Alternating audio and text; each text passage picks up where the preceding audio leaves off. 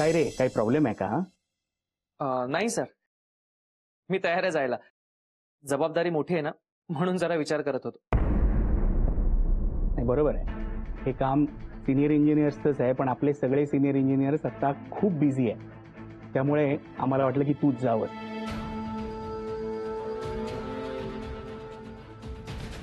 किंवा तू असं कर ना, तू जा, 15 दिवसात तुझा इनिशियल रिपोर्ट दे आम्हाला, मग बघू आपण काय करायचं ते. Yes sir. हा, कधी निघावं लागेल? As early as possible. In fact मला वाटतं तू आज उद्यामध्येच तुझं सगळं काम आहे ना ते सचिनला समजावून सांग, त्याला हँडओव्हर कर आणि परवा निघ. Yes sir.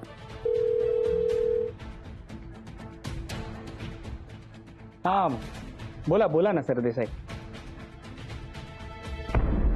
फायनली आदित्य, तुझा पत्ता कट केलाय मी. 2 दिवस आहेत. जायच्या आधी मीराशी बोलून सगळं सॉर्ट आउट करावं लागेल.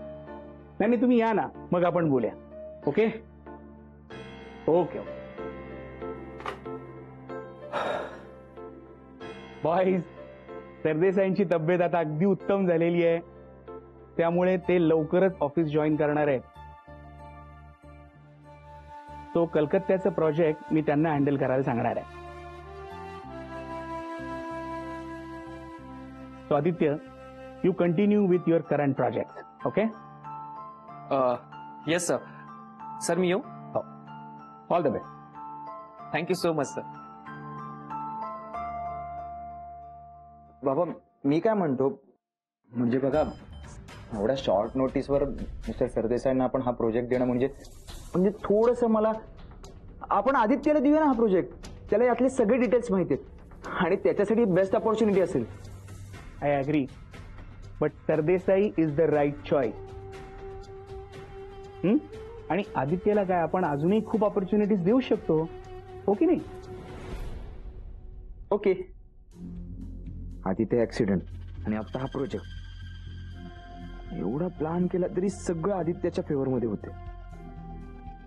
सगळं जुळून येतं आणि लास्ट मोमेंटला विस्कटतं.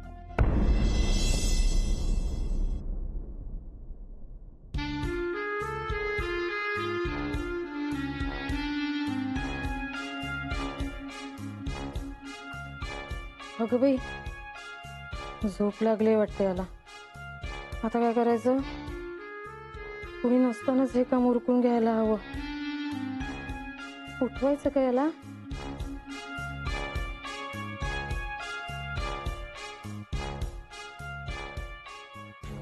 चष्माच लपवून ठेवते वाचायचा, म्हणजे दादाला ते पेपर वाचताच येणार नाही.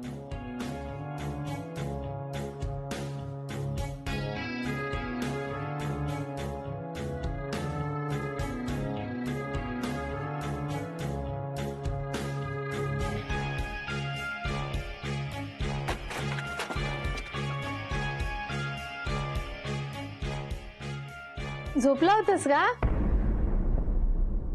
ठीक आहे, मी नंतर येते. काय झालं? कशाला आलीस इथे? नाही, जागा झालोय मी. बोल. आहे एक काम, म्हणजे अथर्वच्या कॉलेजच्या ऍडमिशनचा फॉर्म आहे ना, तर त्याच्यावर जरा सह्या होत्या. पण तू झोपत असेल तर झोप बाई, मी जाते. हे नाही ना घरी, नाही तर त्यांची घेतली असती. आता ते कधी येणार याची शाश्वती नाहीये आणि त्याला घाई आहे. अरे म्हणजे सबमिट करायचं ना फॉर्म, तर मग लोकल गार्डियन म्हणून मामा चालेल ना त्याची सही, म्हणून म्हटलं देशील का सही तू? हो, देतो ना. माधवराव घरात नाहीये.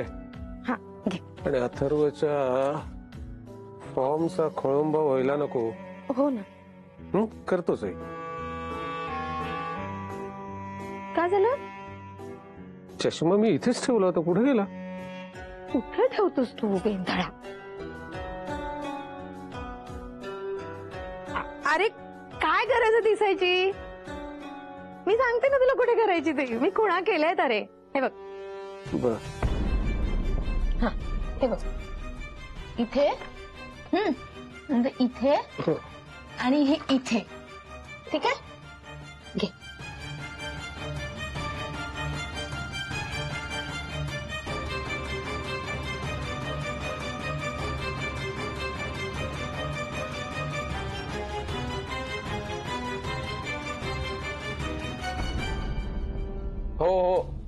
अगं नाही ग चिंगी, त्या फॉर्म मध्ये असं काही लिहिलेलं नाहीये.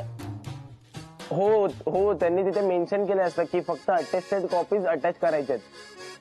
हो बरं ठीक आहे, चल मी तुला कॉल करतो नंतर थोड्या वेळाने, पुन्हा एकदा तो फॉर्म बघून. ओके चल बाय. फॉर्म? अरे सकाळी इथे ठेवलेला फॉर्म कुठे गेला? आई, अगं तो माझ्या ऍडमिशनचा फॉर्म कुठे गेला गे? आई घरात नाहीये वाटतं ही. कुठे गेली? काय चाललंय का हिचं? कुठे जाते, काय करते, काही सांगत पण नाही आजकाल. बॅग पण इथेच ठेवली आहे. मग अशी दरवाजा पण तो तसाच उघडा होता. मामाच्या घरी तर गेली नसेल ना?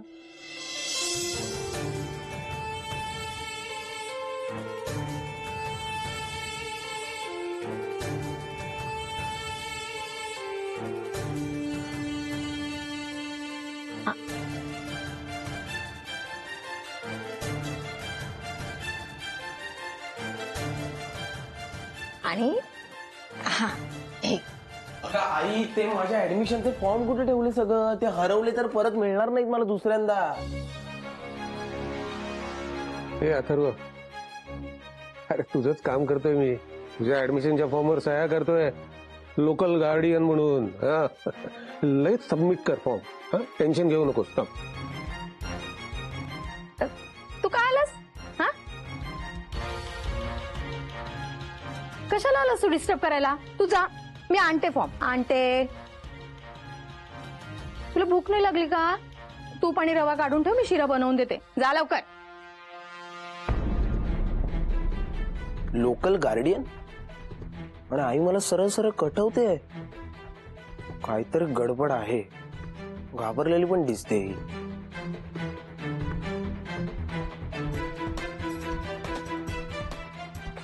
एवढे फॉर्म? अरे अरे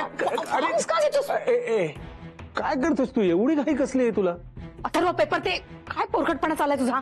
पेपर दे. नाही, अजिबात देणार नाही मी हे फॉर्म.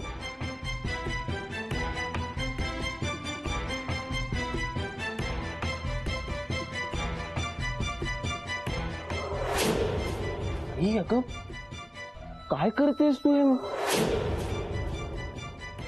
हे करताना तुला जराही काही वाटलं नाही? काय काय झालंय?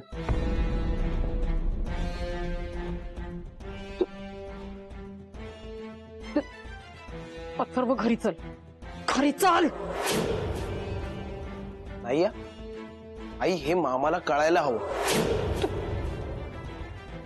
अरे काय कळलं पाहिजे? काय काय काय झालंय?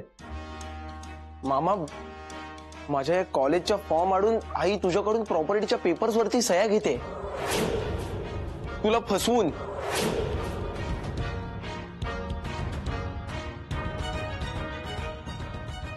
आणि या सह्यांमुळे तुझी सगळी प्रॉपर्टी ही माझ्या नावावर होईल.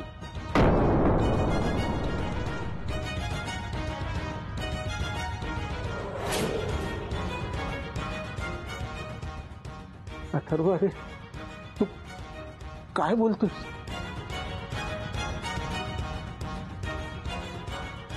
कमू? कमू, हे खरं आहे?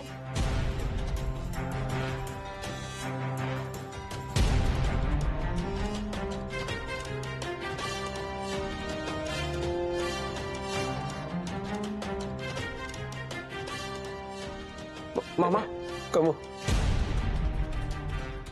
कमू, हे हे खरं आहे? मामा मामा मामा तू काळजी करतो. बघ तुझ्यामुळे मामाला त्रास होतोय. आई प्लीज प्लीज तू इथून निघून जा प्लीज. मामा मामा काही झालेलं नाही. हे बघ त्या पेपर्स वरती सह्या झालेल्या नाहीये. डोंट वरी. तू जा, मला एकटं राहू दे प्लीज. तू जा. तुला कोणत्या गोळ्या द्यायच्यात यार मला? मी एक काम करतो मामा, मी डॉक्टरांना बोलवतो. हे बघ, मला एकटं सोड ना प्लीज. जा ना तू. जातो.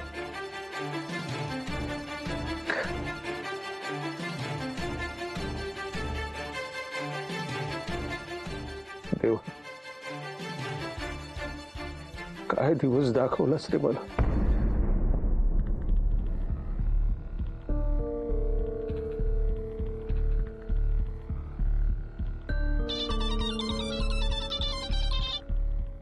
हा अथर्व बोल.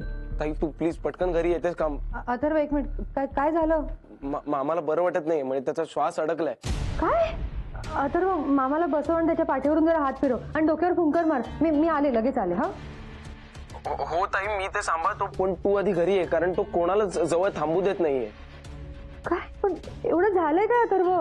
ताई प्लीज, ते मी तुला सगळं घरी आल्यानंतर सांगेन. तू आधी लवकर घरी येतेस का? तो तुझ्याशिवाय कोणालाच ऐकणार नाही ताई. हो आले आले मी. काय झालं असेल अचानक?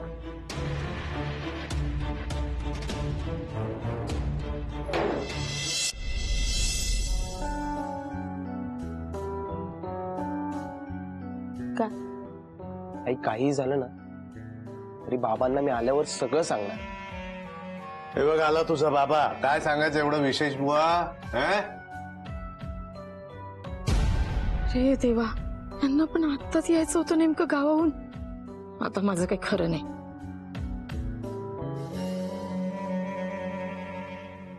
अगं बघत काय बसलीस माझ्याकडे? इतक्या दिवसांनी आलोय, पाणी तरी विचारशील की नाही? का मग तुला आनंद झालेला दिसत नाही बरं का मी आल्याचा? खूप झाला आनंद. तुम्ही न कळवता आलात ना, त्यामुळे गोंधळले. सांगायचं नाही का? खाण्यापिण्याचं बनवून ठेवलं असतं नाही का तुमच्यासाठी? आई बास झालं.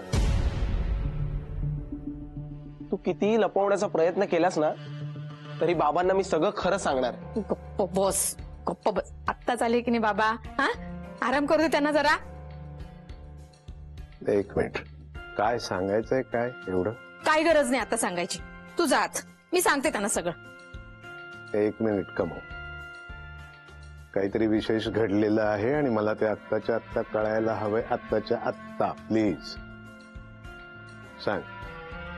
नाही बाबा, एक मिनिट. आई सांगू शकतच नाही ना, कारण तिच्याच भयंकर वागण्याविषयी आहे. बोल. बाबा, माझ्या कॉलेजच्या फॉर्म्स वरती मला तुमच्या सह्या हव्या होत्या, म्हणून ते फॉर्म्स मी आईला दाखवून इथे ठेवले आणि नंतर हिनी त्यामध्ये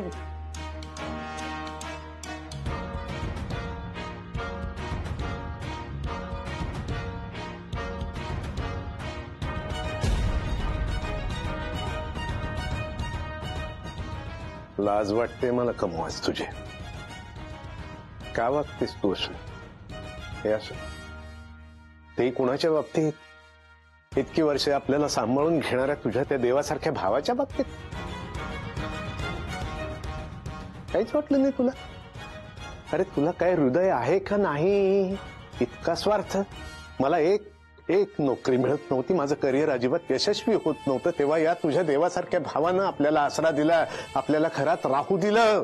एवढंच नाही तर कधी उपकार केल्याचा आवही आणला नाही. एवढं मोठं मन आहे त्याचं, आणि त्याच्या बाबतीत तू असं वागते? स्वतः त्याची सख्खी बहीण हे असं?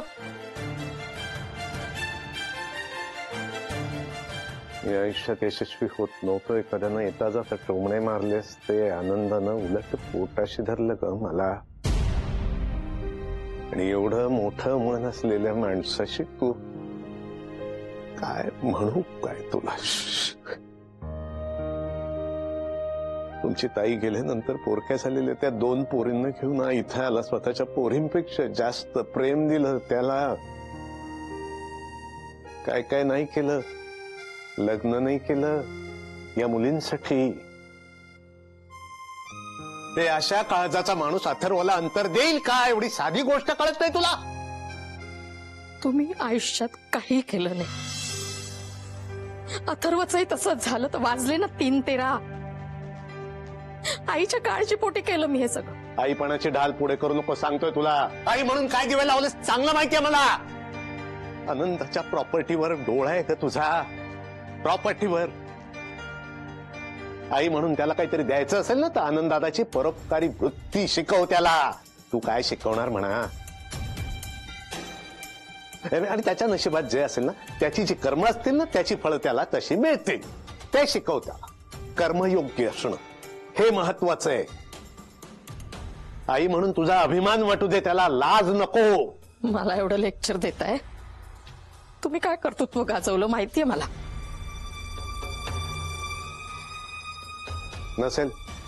नसेल गाजवलं मी मैदान, पण उपाशी नाही ठेवले तुला. उलट मी तर म्हणतो तुझी समाधानी वृत्ती असते ना, मला नक्की बरकत लाभली असते. तुझी हाव आणि लालसा आहे ना, त्याच्यामुळे मला उमेद नाही मिळाली कधी या घरात आयुष्यात काही करायला. पण आनंद दादाची सगळी प्रॉपर्टी मुलींनाच का मिळायला हवी? त्यांनी जावं ना त्यांच्या सासरी. हे सगळं माझ्या अथर्वलाच मिळायला हवं. इतकं सगळं होऊनही तुझं तेच चालू आहे. सद्गुरू, एक लक्षात ठेव, हे जे काही आहे ना ते आनंदाच्या स्वकष्टाचं आहे, स्वकमाईचं आहे. तेव्हा तो त्याचं काय करणार हे ठरवण्याचा अधिकार ना तुला, ना अथर्वला, ना मला. लक्षात येत आहे काही? उद्या जर आनंदाला वाटलं हे सगळं दान करायचंय कुणाला, तर तो ते करू शकतो. ते आपण ठरवणार नाही. तेव्हा त्याचा पैसा, त्याची वास्तू हे कुणाला द्यायची, कधी द्यायची की नाही ते आनंद ठरवेल. लक्षात आलंय? तोंडातून एक शब्द काढायचा नाही, नाही तर मी काय करेन माहित नाही मला. कमाओ बस. बाबा प्लीज प्लीज तुम्ही आता शांत व्हा प्लीज. हो अथर्व बाळा, वाईटच चांगलं एवढंच की तू योग्य मार्ग निवडलास. तुला लोभ सुटला नाही. माझा मुलगा शोभलास तू का?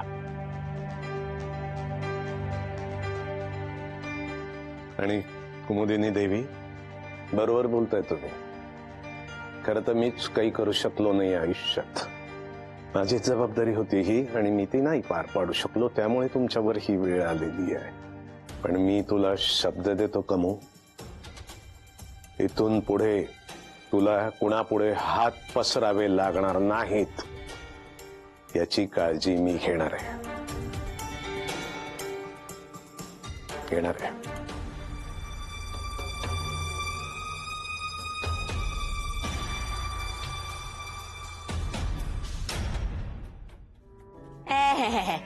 मैंने तुला कुणापुढे हात पसरावे लागणार नाही. आता उजेडच पडलाय.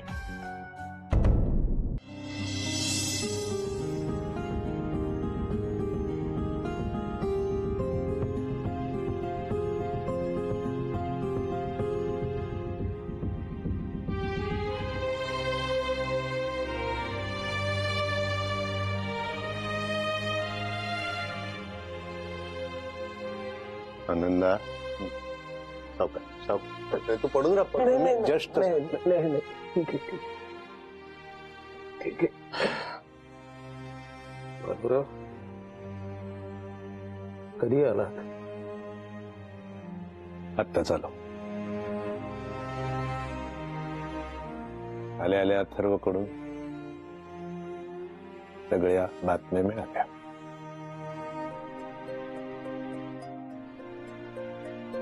आनंदा, तुला त्रास होईल मी असं बोलल्याने मला माहिती आहे, पण मला बोलल्याशिवाय राहवत नाही अरे. आणि कदाचित या विषयावर आपण दोघं स्पष्टपणे बोलल्यामुळे तुझा त्रास कमी होईल, तुला बरंही वाटेल.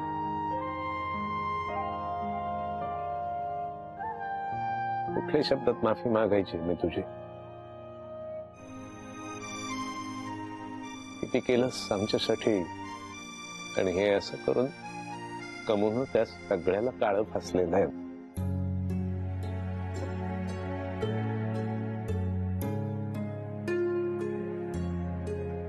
कमूच्या वतीनं मी माफी मागतो आनंदा. सॉरी.